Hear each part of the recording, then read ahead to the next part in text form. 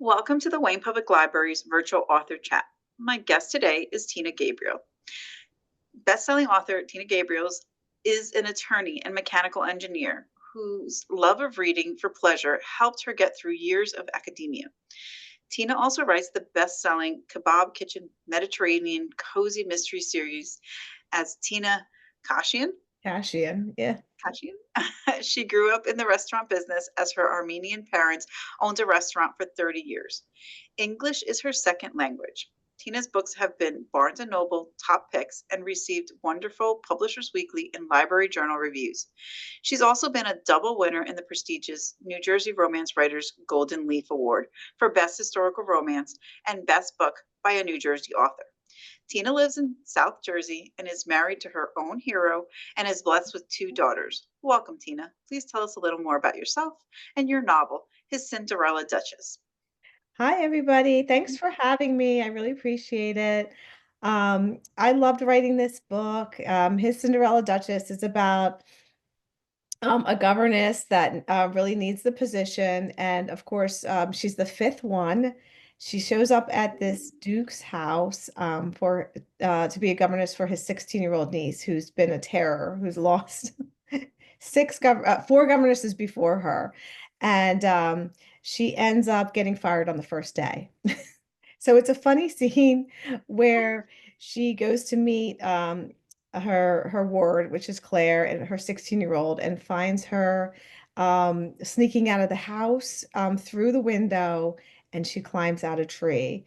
And so our heroine Lena actually follows after her in the tree and gets stuck up the tree. And the Duke finds her up there and realizes his niece is gone and the governess is stuck up a tree, and she gets fired on the first day. So it's a really funny beginning, and she ends up proposing to the Duke. So it's a little bit of a twist. So that's the gist of the story. Okay. So, is there something that you can share with us that's not in the book blurb, but is kind of a fun scene or something in the book? Yeah, I try to make it funny. It's got a lot of humor in the book. Something different about it. It's a historical with food. I love food. I'm a foodie. And so our heroine is Middle Eastern, and she ends up making baklava for the Duke and introducing him to her culture that way. And I love food, so it has food in it. So that's a little bit different. Okay, so I did see That's the big something difference. reference. Oh, so I did see something reference about a little bit about her culture. So that is very interesting. And again, I'm going to deviate from the questions that I sent you because I wanted to know a little more that about how you decided that you were going to make the heroine um, be Middle Eastern and and other than baklava, what other through lines are in the storyline? Like how did you blend that? How did you blend her background with her ethnic background into the story? In historicals, there was a lot of diverse people during the Regency period, 1800s, and I feel I wrote about my own background, so it was basically write what you know. So, like I said in the bio, I'm Armenian, so I put a lot of my own personal culture into the book, and I just wanted to change it up a little bit from the traditional, English heroine and English hero. So she's basically half. So her father was English, and then her mother was Middle Eastern. So she experiences a little bit of the prejudice during the time, but there was a lot of diversity there. And I like to just weave it in. I don't, it's not heavy on that, but I like to weave it in and have a little bit of the culture. It makes it a little bit fun and different. And like I said, I'm a foodie. So anytime I can introduce some food and recipes in any of my books, I do it. Oh, Yeah. Makes a little wonderful. difference. Yeah. No, that's great. I mean, it is true. There's not as many out there, so it's definitely like caught my eye. So I'm sure it catches a lot of people's eye. Like, oh, something slightly Yeah, different. my editor really liked the concept. She was all for it. My Harlequin editor. So I'm lucky with that. You write historical romances, but you also write cozy mysteries set in modern day. Yeah. What drew you to the historical romances, and have you written or would you consider writing a contemporary romance? I like to mix it up. I think it makes it fresh. If you just stick to one genre all the time, I think it can get tedious over time. So I like to mix it up. So yeah, I write Regencies in the 1800s in London, and then I write something so different. I write cozy mysteries, murder mysteries set at the Jersey Shore, contemporary. And I feel like it's fresh. I like to write two different genres. I don't usually write two books at the same time. Like I'll finish one and then write another. But for me, it's just about keeping it fresh, not getting bored with just one genre. I would love to write a contemporary. I think about that all the time. And I have some ideas in mind. I just need more time. I work Okay. a day job too, so I just need a little bit more time. Oh, yes, that's incredible. That's really hard to do. Yes. It's hard. Yeah. Um, are there any underrepresented love stories that you think deserve more attention in the romance genre? I'm sure I think that there is room for that. And I think that, like I said, in romance genre in general, you mean there's just there's so much opportunity to write that. And yes, I think there's room for that. Like I said, I weave it in. It's not like heavy on that. But yeah, go for it. If somebody has an idea, I would say go for it. Yeah. So when you start to work on a manuscript, what comes first? Do you have the plot, the characters, or is there a specific trope that you have in mind that you want to write about? It's a good question. I think I start with the characters first. They form in my mind. I definitely know the hero first, and then I figure out the heroine later. I can just picture them in my mind, and then I work on the trope, and from there I work on the outline. So definitely the characters first. I'm heavy on the characters because I feel like it's a romance. The characters are so important. Um, Okay. That comes first for me. For me, Now I'm gonna step away from my questions again and say, so your heroine's charge is a 16-year-old. it's Like the that edge. that's different for the age group of like who the governesses tended to teach. 16 is coming in at an age Like that almost like a chaperone. She's like a chaperone almost. okay, Yes. Yeah, okay, so the whole goal is for her to teach her how to become like a good debutante and introduce her to society. And so okay, my hero who's basically the 16-year-old it's his niece, and the parents had passed away, so he is now the ward of this niece, and so he needs like a chaperone to introduce her into society. It is different, and I thought of that. I didn't want young children. I have teenagers. Oh my goodness. So I think my daughter was really close to 16 when I started writing this. She's older now, of course. And I thought there's nothing more difficult than teenagers. I'm sure young children are hard to raise because I remember that too, but teenagers, especially girls, can be really tough. So I just thought of that when I was writing the book. I'm like, this would be perfect, a 16-year-old. So yeah, she wants to end up being like the chaperone, but they need somebody in this book. So it worked out. okay. Can you describe your writing process from idea to finished manuscript? Yes. I used to be a pantser. No, actually, I shouldn't say that. I used to be like, right seat of your pants, I should say. Yes. I used to just sit down and write and anything that came to mind when I first started writing. I am now, oh my goodness, I think 27 books in, and I am definitely a plotter by necessity. Uh, Everybody's process is different. I have grown and I have learned. I've taken a lot of craft classes, heavy in Romance Writers of America, New Jersey Romance Writers, Liberty States, anything you can think of. And I have learned that for me, outlining is the way to go. So I start with like about an 8-page outline.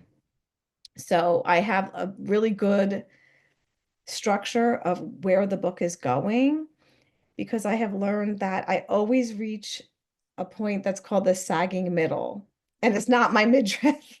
Although that could be sagging too, but let's not talk about that. But I always reach a point where I'm super struggling. I know the beginning, I know the end. It's the middle that's really tough for me. And I know every author is different, but I know a lot of authors struggle with the sagging middle. And whenever I reach that point, I go back to the outline, and it has helped me a lot. I don't stick to it 100% because sometimes the characters just take over on their own. But I have referred back to that outline time and again. It has really helped me through writer's block. It's helped me through a lot of the writing process. And then I just end up pushing through that horrible sagging middle and then getting to the third act of the book, and then it's easier to write. So my process is to start with the page outline, 8-page outline, I'm sorry, and then that will take me a month, usually about a month, and then to start writing from there. Okay. Yeah. Wow. 8 pages. That's a lot. But like I said, Um, everybody's different, all writers are different. I know people that just sit down and write and it just blah comes right out. And I wish I could be that without the sagging middle, but like I said, I reach a point where I really need that outline. okay. What craft elements do you think is your strong suit? Um, I'm just wondering. Not I wanted to differentiate that from like as you just described, like the sagging middle as being like what like dialogue or For me, it's characterization. I okay. love to develop the characters as I go along. I like to flesh them out, make them more emotional, make them connect with the reader more. I end up loving my characters. So for me, it would be characterization. Okay. Second would be dialogue. I do like dialogue. And sometimes the dialogue just comes out really easily on days, and then I'll have to go back in and fill in um, more detail after that. But for me, the first thing would be characterization, focusing on Okay. those characters because it's a romance. So if it's a romance, really the characters. And how do you keep the chemistry like authentic between the characters? That's a really good question. I end up loving my characters, so um, I'm pretty good with sexual tension, I guess. Not so much sex, but the sexual tension leading up to the love scene. So um, I'm pretty good with that, I guess. I just like enjoying fleshing out my characters and keeping them, highly attracted to each other or not attracted. It depends. I don't know if that answers the question, but That does. um, and do you have a favorite romance trope that you like to write, to read, and I why? do. I love enemies to lovers. I love that trope and second chance. I have those two. I love them. I always have to remember remind myself, no, the book before was enemies to lovers. I can't do it again. But I do love that trope. And second chance. Get a second Okay. chance for love. I'd like that trope too. But I like them all, I'm a big romance reader. So Okay. Uh, do you read historical also? I do read historical. I try not to read them when I'm writing because I don't Okay. want to accidentally adopt their voice. And sometimes that can happen, like whether I'm subconscious, like I don't want that to happen. So I try not to read the genre that I'm writing at that moment. So if I'm reading a cozy mystery, I try not to read cozies, I'll read historicals and vice versa. Any And other completely genre that you intentional. step away from cozy and historical? Is there any other genre that like takes you completely out of out of romance or mystery that you read? Is there any other genre? Oh, I do like suspense. I've been reading some more suspense. Um, I actually like young adult. I was reading The Okay. Summer I Turned Pretty Mhm. and watching it slowly. My husband does not like that, so I have to wait till he's out of the house before I watch. But so I do. Yeah, suspense, young adult, things like that. Yeah. Okay. Um, have you ever experienced writer's block? And if so, how did you overcome the challenge with staying motivated? I have experience. I think everybody has a little bit. Deadlines really help. I hate to say that, but if you have a deadline, you don't have the luxury so much of writer's block. Somebody told me once, best advice I ever had about writer's block, just sit down and write anything. It doesn't even have to be your book. It could be like your shopping list. Just start writing things and then it'll come a little easier if you just start writing. But again, for me, deadlines help and that outline really helps because then I'll know what the next scene is going to be. So that does help me with the writer's block. Um, and what are you currently working on? I am currently, I just signed another 2-book contract with Harlequin for historical. So I'm working on that. The first book is actually due the end of this month, Oh boy. Okay. the 25th. So I'm working on that one. I also am working on a short story in an anthology for Cozy Mystery called Murder in the Graveyard. And that's going to come out soon for, I want to say, with the next month or so with a group of Cozy Mystery authors. So a cozy short and another historical for Harlequin. Okay. And what what's that one? Can you give us a little bit of a teaser on on what the one that's It's if you gonna can't, be that's fine. Is it well what's the trope for it? it's actually Second Chance. Okay. So Okay. I'm working on that one, yeah. Okay. So the one I'm Um, working on is it's a caricaturist. It's set in the 1800s. So she doesn't so much like the hero in the beginning, but and so and draws these caricatures, which were really big in the Regency period. They were in their newspapers making fun of him, and so it starts out like that. So yeah, it's a little bit of humor. okay. So I'm going to turn to publishing. For your first novel, what was your publishing journey? How soon after you completed the manuscript did you get the call or the email? Oh my goodness, I had a long, I guess I had a long publishing journey, and I always wanted to write.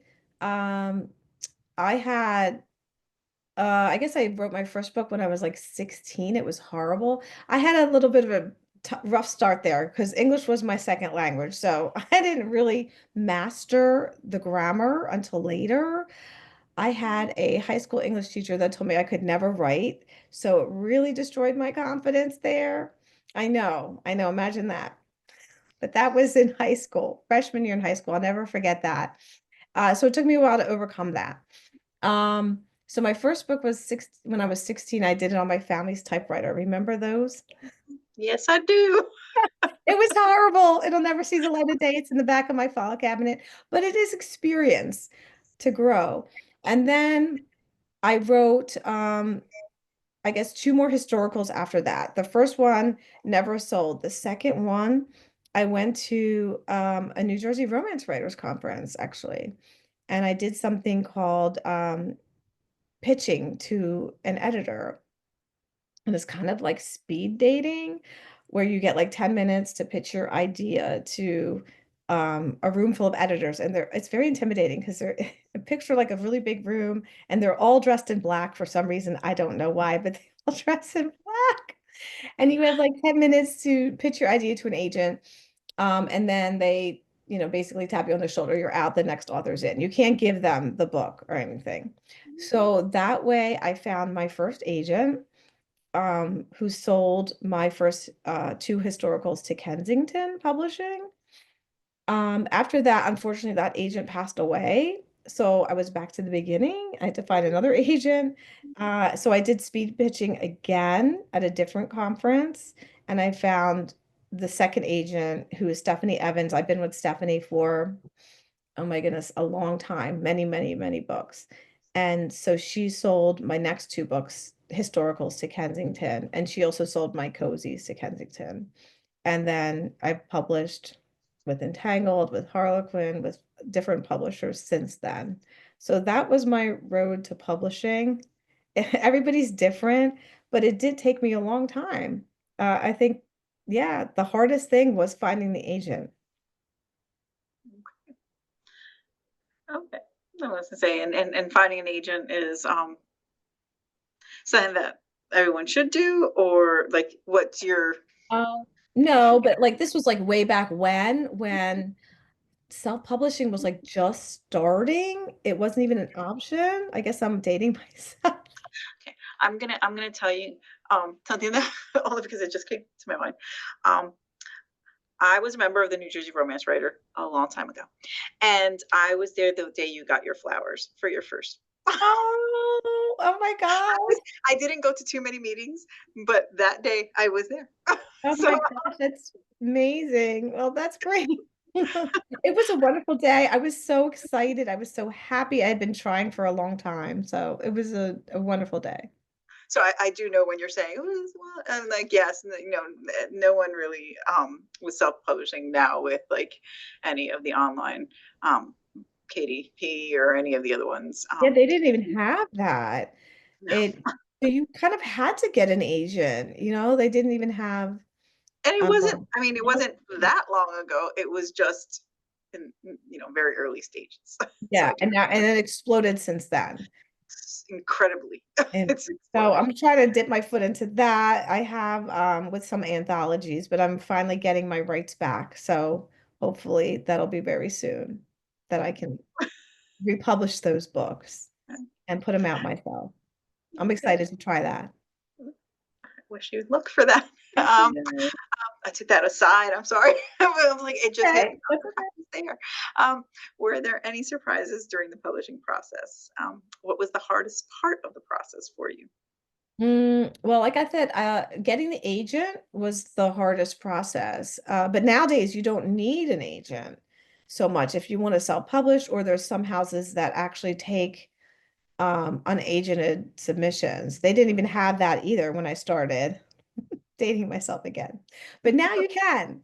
So you necessarily don't need an agent. I just really enjoy working with mine. I've had her for a long time. So um but you don't need one now. But the hardest part, I would say for me back then was getting the agent. Now the hardest part would be writing the book, finding time to write the book. Like I said, I work a day job, so I don't write every day. I used to beat myself up for that, and as I get older, I do not beat myself up for that at all.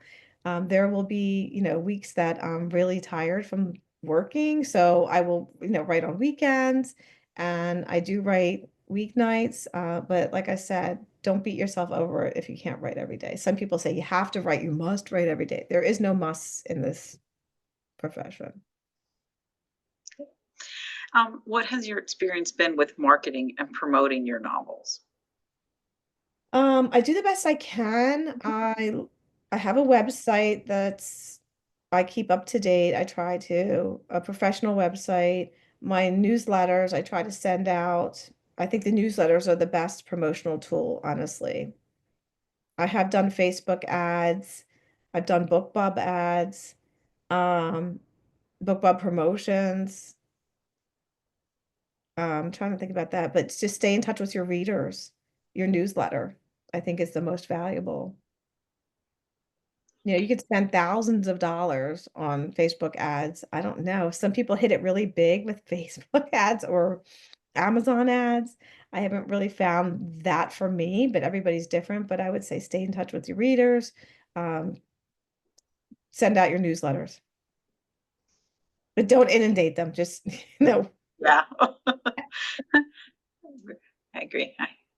I'm subscribed to a lot of them, and the ones that come out little less than multiple times a day Yeah, is probably. I would never do that. No.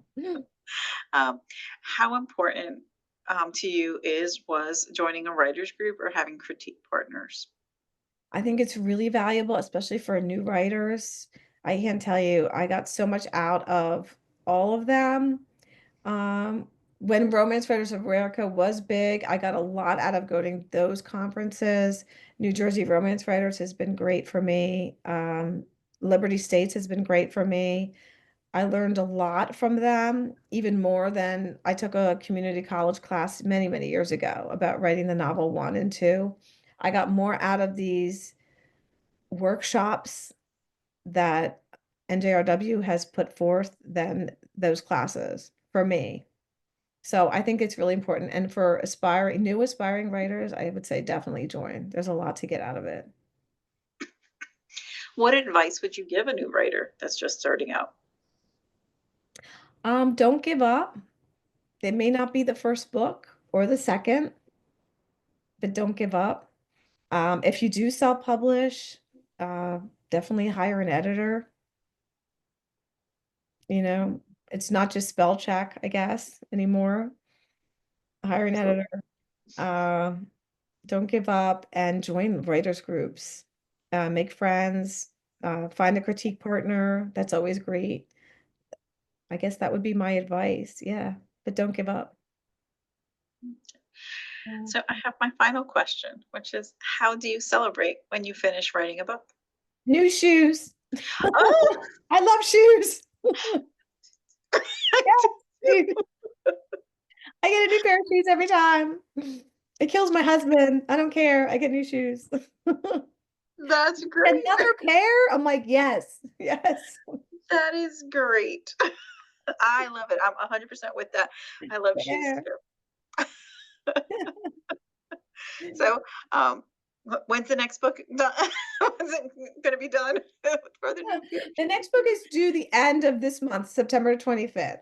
So working on polishing that. It's pretty much done, but I need to like polish it up a little bit. And I'm sure I'll be getting my edits back, which are going to be a lot, like When, every when do you book. get the shoes? When you're done Oh, when writing I it get the or after the shoes. edit? When no, no, no. When I actually submit it, I'll get the shoes. I'm not Oh, reading okay. those edits. I'm getting the shoes. So new shoes by the end of the month. Wonderful. Yeah, it could be sneakers, it could be shoes, whatever. Yeah. That's been the best. That's the Yeah, best you have to response. reward yourself, you know? Absolutely. Some folks have told me, I've asked that question. I will say I don't ask that question all the time, but yours is the best response. And that's just because I love shoes. Okay, okay. Good, I'm glad. Others have told me, no, I just go on to the next one. I'm like, No, no, no. Definitely celebrate the little milestones or the big milestones. You got to celebrate all the time. Life's too short. absolutely. Well, I want to say this has been great. I'm so happy to have had a chance to talk to you, Tina. And best of luck with his Cinderella Duchess and Thank with you. the new manuscript that you're working on um, with your deadline at the end of the month. Yeah. Um, but we wish you all the best. And I'll be in touch for sure. Okay, great. Right. Great. Thank you, everybody. Thank you.